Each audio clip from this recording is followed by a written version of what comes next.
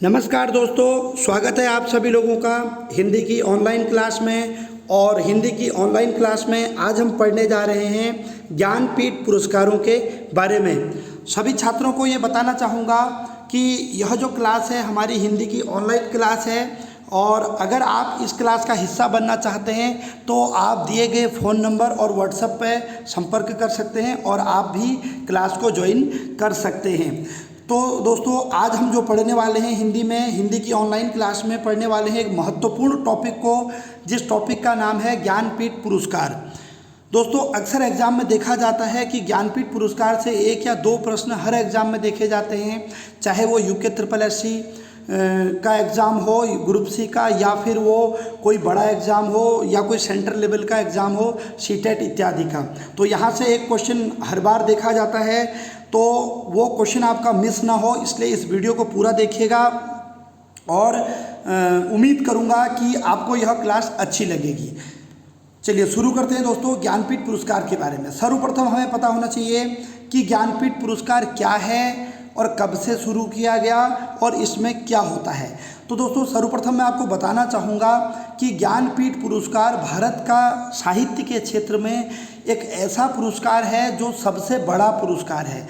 यानी भारत में साहित्यिक कृतियों के लिए जो पुरस्कार दिए जाते हैं, जैसे साहित्य अकादमी, व्यास सम्मान, उन सभी पुरस्कारों में सबसे बड़ा पुरस्कार है ज्ञानपीठ पुरस्कार। ठीक है दोस्तों, तो चलिए आगे बढ़ते हैं। इसलिए एग्ज़ाम की दृष्टि से बहुत ज़्यादा इम्पोर्टेंट है ज्ञानपीठ पुरस्कार। ज्ञानपीठ पुरस्कार की शुरुआत 1965 ईस्वी में हुई थी।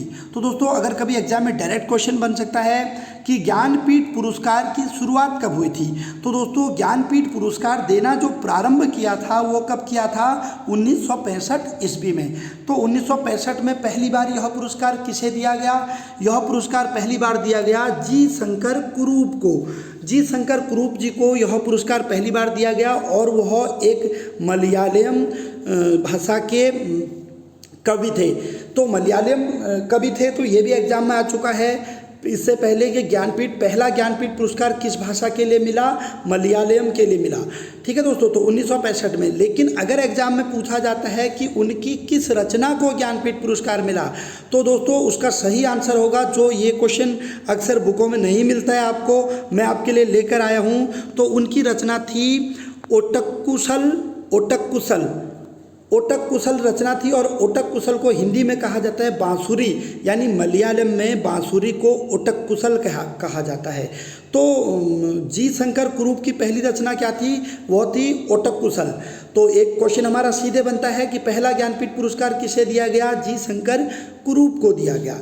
तो दोस्तों, ये भी पता होना चाहिए कि ज्ञानपीठ पुरस्कार देता कौन है, यह भी पता होना जरूरी है। तो दोस्तों, भारतीय साहित्य के क्षेत्र में दिया जाने वाला यह सबसे बड़ा पुरस्कार है। इसे भारतीय ज्ञानपीठ द्वारा दिया जाता है। तो दोस्तों, इसे कौन देता है? भारतीय ज्ञानपीठ। तो एग्जाम में ऐसे भी तो आ सकता है कि भारतीय ज्ञानपीठ की स्थापना कब हुई? तो दोस्तों, जो स्टेबलाइज हुआ था, भारतीय ज्ञानपीठ स्टेबलाइज हुआ था 1961 ईस्वी में। लेकिन उन्होंने पुरस्कार देना कब से शुरू किया? 1965 ईस्वी में। दोनों क्वेश्चन अलग अलग हैं दोस्तों। अगर एग्जाम में आता है कि भारतीय ज्ञानपीठ पुरस्कारों की शुरुआत कब से हुई, तो हमारा सही आंसर होगा 1965।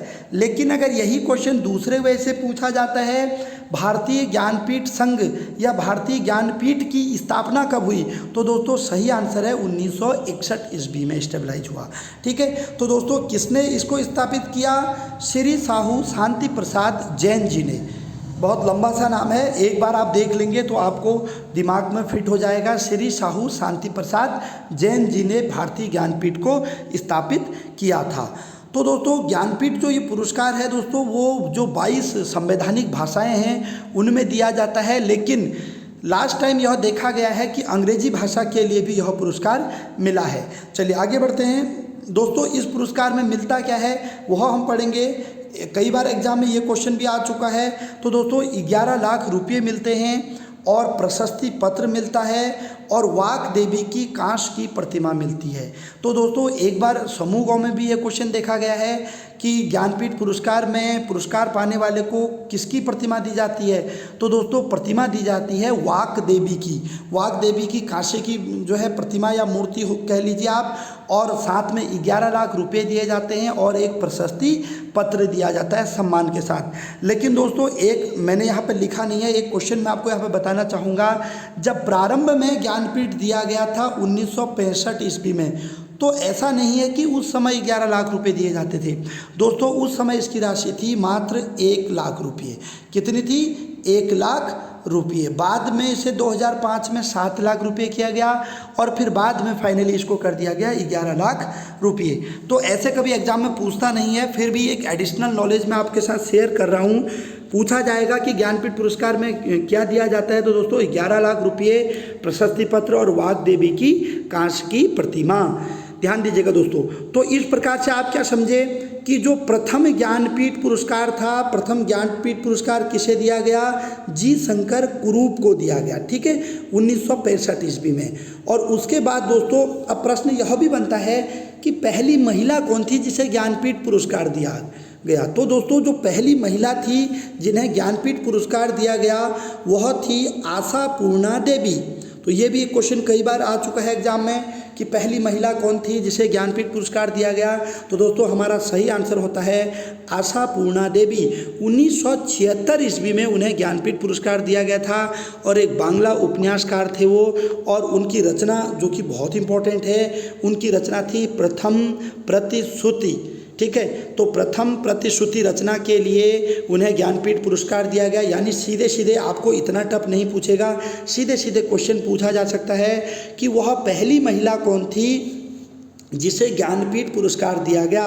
तो दोस्तों हमारा आंसर होगा आशापूर्णा देवी, 1976 ईस्वी में। अगर रचना पूछा जाता है तो भी आपको यहाँ सही कर देना है, लेकिन इतना टफ एग्जाम में नहीं पूछा गया है और नहीं पूछा जाता है। ध्यान दीजिएगा दोस्तों, यहाँ पर एक चीज़ बहुत ध्यान देने की है कि अभी तक कुल 55 ज्ञानपीठ पुरस्कार मिल चुके हैं।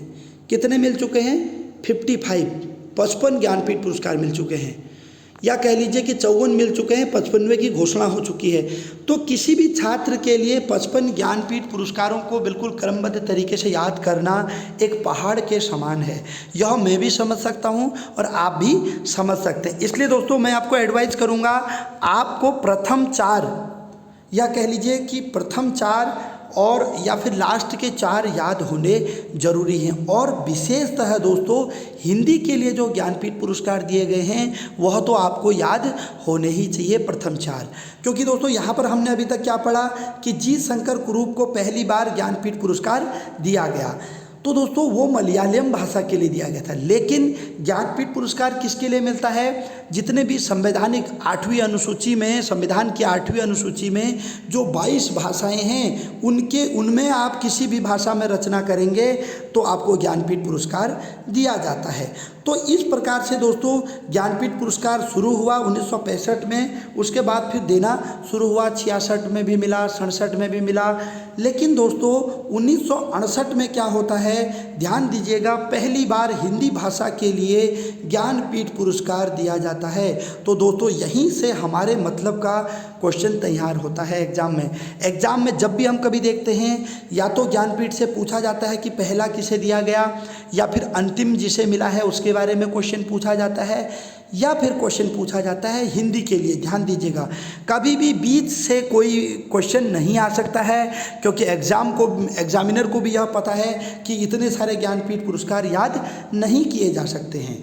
तो हिंदी के लिए जो पहला ज्ञानपीठ पुरस्कार जीता दोस्तों, वह हिंदी के लिए पहला ज्ञानपीठ पुरस्कार था 1968 ईस्वी में सुमित्रा नंदन पंत जी को मिला था, उनकी रचना चितंबरा के लिए।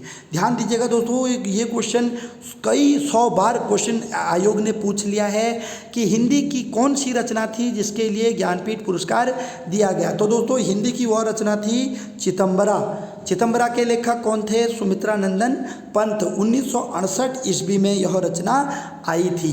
तो दोस्तों ध्यान दीजिएगा, हिंदी की पहली रचना है और छायावाद के कवि थे सुमित्रा नंदन पंत जी। सुमित्रा नंदन पंत जी का जन्म कौसानी में हुआ था और सुमित्रा नंदन पंत के बचपन का नाम गुसाई दत्त था। तो इस प्रकार से कई सारे क्वेश्चन इसीलिए सुमित्रा नंदन पंत जी से पूछे जाते हैं। एक क्वेश्चन मैं भी आपके साथ यहाँ पर साझा कर रहा हूँ। यदि एग्जामिनर आपसे एग्जाम में ये पूछ ले कि चितंबरा जो रचना थी वह किस वर्ष जो है रिलीज हुई थी, किस वर्ष उन्होंने लिखी थी।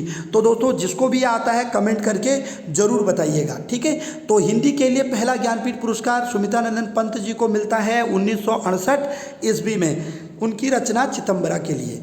तो दोस्तों उसके बाद जो दूसरी रचना हिंदी के लिए, अब यहाँ पर दोस्तों हम हिंदी के अलावा अन्य जो हैं उनको छोड़ देंगे, हम केवल पढ़ेंगे हिंदी के लिए।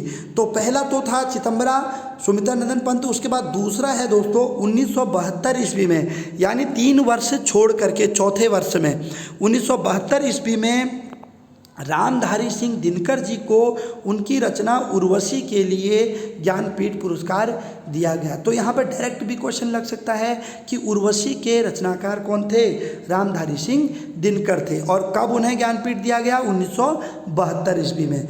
उसके बाद दोस्तों तीसरा जो ज्ञानपीठ पुरस्कार था हिंदी के लिए बहुत ही महत्वपूर्ण है, 1978 ईस्वी में दिया गया अज्ञेय को, ठीक है। अज्ञेय का पूरा वास्तविक नाम पूछा जाता है दोस्तों, मैंने आपको पहले भी बता रखा है, सच्चिदानंद हीरानंद वात्स्यायन अज्ञेय, सच्चिदानंद हीरानंद वात्स्यायन अज्ञेय।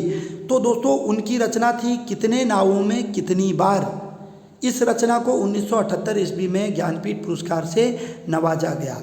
तो दोस्तों अक्सर एग्जाम में हम देखते हैं कि इन्हीं लोगों की रचनाएं ज़्यादा एग्जाम में पूछी जाती हैं, इसीलिए पूछी जाती है। उसके बाद बात करें दोस्तों हम महादेवी वर्मा की, और एक छायावाद की एक महान कवियत्री महादेवी वर्मा, जिनको 1982 ईस्वी में उनकी रचना यामा के लिए ज्ञानपीठ पुरस्कार दिया गया। अब दोस्तों 1982 में जब महादेवी वर्मा को ज्ञानपीठ पुरस्कार दिया जाता है तो दोस्तों यह एग्ज़ाम की दृष्टि से वेरी वेरी इंपॉर्टेंट क्वेश्चन बन जाता है। क्यों?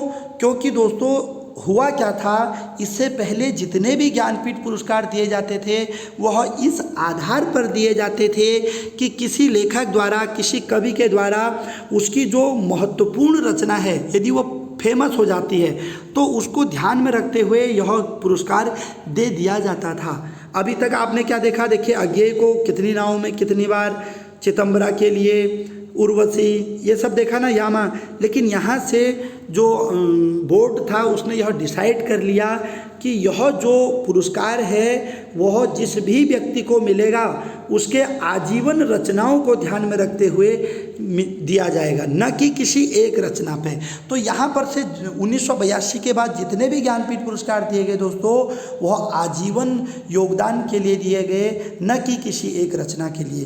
तो एग्जाम में यहाँ पर भी क्वेश्चन पूछा जा सकता है कि किस वर्ष से यह प्रारंभ हुआ कि ज्ञानपीठ पुरस्कार आजीवन योगदान के लिए दिया जाएगा। 1982 के बाद 82 में यह नियम आया, ठीक है। तो दोस्तों हिंदी के लिए 4 ये शुरू के बहुत ज़्यादा इंपॉर्टेंट हैं, ध्यान दीजिएगा। 5वां ज्ञानपीठ पुरस्कार हिंदी के लिए दोस्तों आता है नरेश मेहता जी को जाता है 1992 ईस्वी में। और दोस्तों 5वें के बाद अब यहाँ पर दोस्तों रचना की कोई आवश्यकता ही नहीं है। उसके बाद जो 6ठा ज्ञानपीठ पुरस्कार है दोस्तों निर्मल वर्मा जी को जाता है 1999 ईस्वी में। और उसके बाद 7वां ज्ञानपीठ पुरस्कार जाता है दोस्तों कुंवर नारायण जी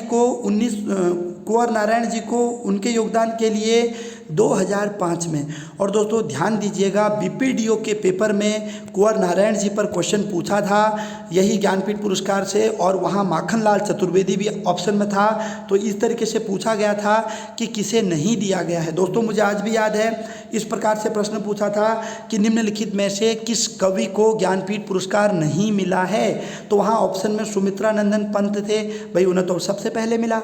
महादेवी वर्मा थे, उन्हें 1982 में मिला। उसके बाद कुंवर नारायण थे। उसके बाद चौथा ऑप्शन था माखनलाल चतुर्वेदी। माखनलाल चतुर्वेदी जी को एक भारतीय आत्मा कहा जाता है। पुष्प की अभिलाषा नामक उन्होंने कविता लिखी जो बहुत ही प्रसिद्ध रही, लेकिन उन्हें कभी भी ज्ञानपीठ पुरस्कार नहीं दिया गया बल्कि कुंवर नारायण जी को दिया गया, ठीक है। कुंवर नारायण जी को उनके पूरे जीवन के योगदान के लिए ज्ञानपीठ पुरस्कार दिया गया। लेकिन दोस्तों ध्यान दीजिएगा, माना इनकी किसी रचना को ज्ञानपीठ पुरस्कार नहीं मिला, लेकिन कुंवर नारायण की कुछ रचनाएं बहुत ही प्रसिद्ध हैं, ठीक है। तो उन रचनाओं को साहित्य अकादमी पुरस्कार मिला था, जैसे आत्मजयी करके एक है उनकी रचना कुंवर नारायण की। तो ध्यान दीजिएगा कि इन लेखकों की जिन रचनाओं को साहित्य अकादमी पुरस्कार मिला हुआ है, कई बार एग्जाम में वहाँ से भी क्वेश्चन पूछ लेता है, ठीक है। उसके बाद दोस्तों 8वां ज्ञानपीठ पुरस्कार जो था वह था अमरकांत को मिला और श्रीलाल शुक्ल को। संयुक्त रूप से 2 लोगों को दिया गया था एक ही समय हिंदी के लिए 2009 में। ध्यान दीजिएगा, लेकिन क्वेश्चन इतना इंपॉर्टेंट नहीं बनता है यहाँ से। अमरकांत की कुछ रचनाएं पूछ ली जाती हैं। अमरकांत ने एक कहानी लिखी थी दोस्तों, कहानी का एकांकी था वो, दीपदान एकांकी, बहुत ही फेमस है, वो एग्ज़ाम की दृष्टि से इम्पोर्टेंट है, नोट कर लीजिएगा। उसके बाद दोस्तों केदारनाथ सिंह को मिला अगला ज्ञानपीठ पुरस्कार 2013 में। और उसके बाद दोस्तों 10वां ज्ञानपीठ पुरस्कार जो मिलता है वो वेरी वेरी इंपॉर्टेंट है, क्योंकि काफ़ी समय के बाद किसी महिला को दिया जाता है हिंदी के लिए। हिंदी का विशेष तौर दोस्तों, मैं सभी ज्ञानपीठ पुरस्कार की बात नहीं कर रहा हूँ, मैं बात कर रहा हूँ हिंदी के लिए ज्ञानपीठ की। तो 2017 में ज्ञानपीठ पुरस्कार दिया गया कृष्णा सोबती को हिंदी के लिए, और दोस्तों वह 10वां ज्ञानपीठ पुरस्कार था। एग्जाम में पूछा जा सकता है कि हिंदी में अभी तक कितने ज्ञानपीठ पुरस्कार मिल चुके हैं, तो दोस्तों हिंदी में मिल चुके हैं 10 ज्ञानपीठ पुरस्कार। और टोटल कितने ज्ञानपीठ हो चुके हैं अभी तक? 55 हो चुके हैं दोस्तों, ठीक है। टोटल वो आपसे नहीं पूछेगा, चिंता मत कीजिए, लेकिन हिंदी पर पूछा जा सकता है। तो हिंदी में कृष्णा सोबती को 2017 में ज्ञानपीठ पुरस्कार मिला। और दोस्तों बड़ी ही दुखद बात है कि कृष्णा सोबती का निधन भी हो चुका है पिछले वर्ष। तो एग्जाम की दृष्टि से रिलेवेंट क्वेश्चन यहाँ से बन सकता है, ध्यान दीजिएगा।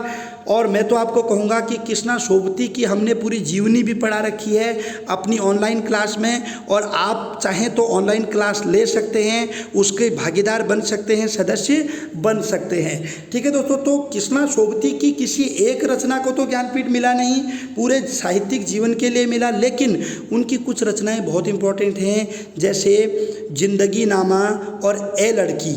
ये 2 रचनाएं अक्सर एग्जाम में पूछ ली जाती हैं, जिंदगी नामा और ए लड़की। तो दोस्तों मैं तो कहूँगा कि उनका जीवन परिचय भी आपको याद करना चाहिए कृष्णा सोबती का, ठीक है। तो आप हमारे ऑनलाइन क्लास में उसको भी पढ़ सकते हैं। चलिए आगे बढ़ते हैं दोस्तों। तो इस प्रकार से हिंदी को कितने ज्ञानपीठ पुरस्कार मिल चुके हैं दोस्तों? 10 ज्ञानपीठ पुरस्कार हिंदी को मिल चुके। ध्यान दीजिएगा, हम केवल यहाँ पर बात कर रहे हैं हिंदी की, क्योंकि दोस्तों 55 ज्ञानपीठ पुरस्कार न तो मैं पढ़ सकता हूँ, न पढ़ा सकता हूँ, न आप ग्रहण कर सकते हैं, लेकिन शुरू के स्टार्ट का और उसके बाद हिंदी को जहाँ से ज्ञानपीठ पुरस्कार मिलना शुरू हुआ, हिंदी में भी खास तौर पर शुरू के 4 ज्ञानपीठ पुरस्कार बहुत ही इम्पोर्टेंट है, और लास्ट का कृष्णा सोबती। उसके बाद बात करते हैं दोस्तों 52वें ज्ञानपीठ पुरस्कार के बारे में, जो कि एग्जाम की दृष्टि से बहुत ज़्यादा इम्पोर्टेंट है। अभी पिछले वर्षों में 2 से 3 बार ये क्वेश्चन पेपर में देखा गया है। तो 52वां ज्ञानपीठ पुरस्कार मिला था दोस्तों शंख घोष को, 2016 में मिला था। शंख घोष या शंखा घोष भी कहते हैं दोस्तों। घोष है तो ऑब्वियसली बांग्ला भाषा के लिए दिया गया था। और उसके बाद दोस्तों 53वां ज्ञानपीठ पुरस्कार जो है 2017 में कृष्णा सोबती जी को मिला था हिंदी का। और 54वां ज्ञानपीठ पुरस्कार दोस्तों वेरी वेरी इंपॉर्टेंट है, और कैसे इंपॉर्टेंट है मैं अभी बताता हूँ आपको। यह मिला अमिताभ घोष जी को। दोस्तों पहली बार हिंदी साहित्य के जगत में ऐसा एक मतलब मुकाम हुआ है कि जब अंग्रेजी भाषा के किसी लेखक को यह पुरस्कार मिला है अमिताभ घोष को।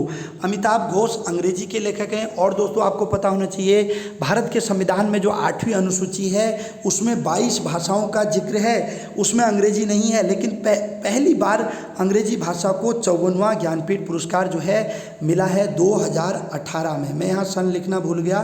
2018 का जो ज्ञानपीठ पुरस्कार मिला है वह मिला है अमिताभ घोष का। तो दोस्तों हो सकता है आपसे कृष्णा सोबती की कोई रचना पूछ लें या अमिताभ घोष की कोई रचना पूछ लें।